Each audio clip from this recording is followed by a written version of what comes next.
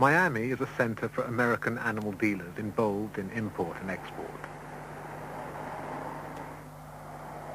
And this is the expensive home the intercepted telephone number belongs to.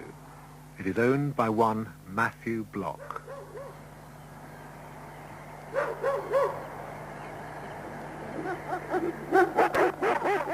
Matthew Block started in the animal business as a teenager.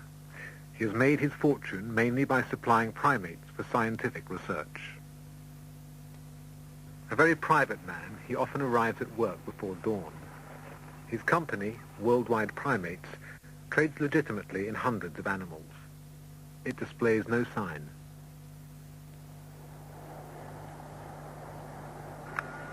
Worldwide. Hello, can I speak to Mr. Block, please? Mr. Block is in a meeting. Can I take a message? Now, what time will he be out of his meeting? I'm not sure, sir.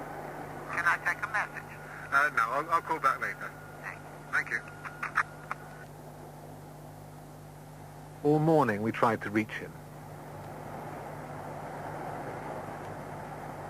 When the elusive Mr. Block finally emerged, he took exception to our cameras and beat a silent retreat.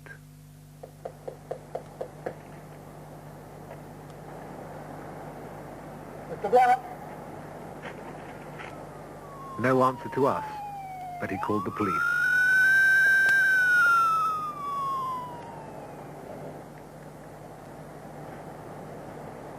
They've told me to tell you that they don't want to be interviewed, filmed, whatever.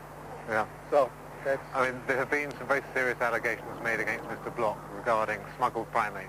We just Sir, we let want me to... explain something to you. When I wear this uniform, I have no opinion on anything like that. Sure. Whether the allegations are immaterial to the police department.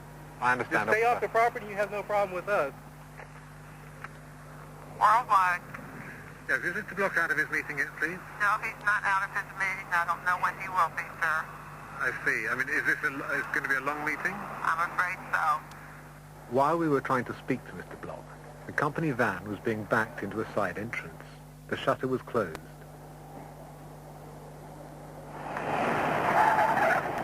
Minutes later, Mr. Block made his exit, or pretended to. The windows of the van had been masked over.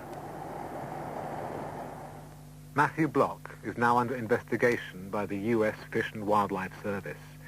He has always denied any involvement whatsoever in the Bangkok 6 affair, though he does admit to business contacts with Kurt Schaefer.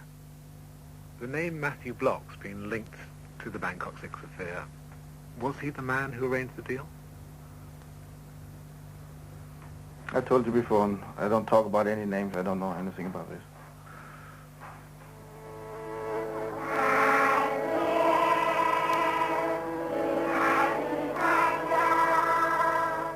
Ten orangutans are going home to Indonesia, a moving but small gesture in the context of a continuing trade in the great apes.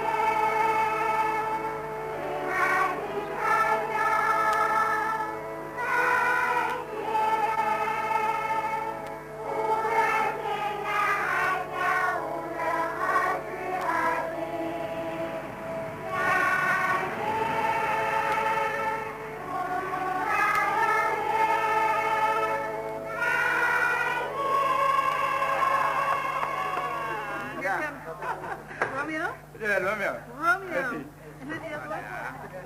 Yeah, he's sick.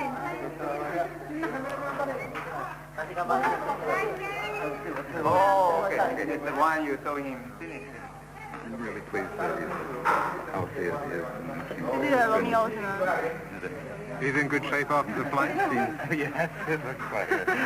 He's running the show as usual. Are you going to be sad to say goodbye to him?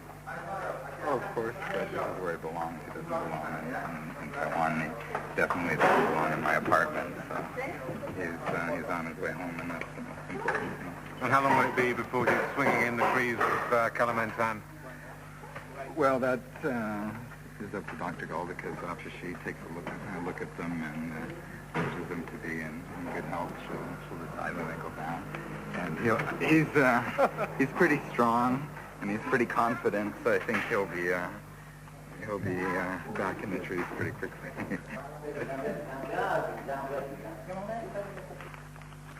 The Taiwan 10 will join the survivors of the Bangkok 6. Perhaps eventually they will go wild again, although it's going to take a long time before they've got the necessary confidence and abilities. Deprived of their mothers, they've been denied a vital education in survival.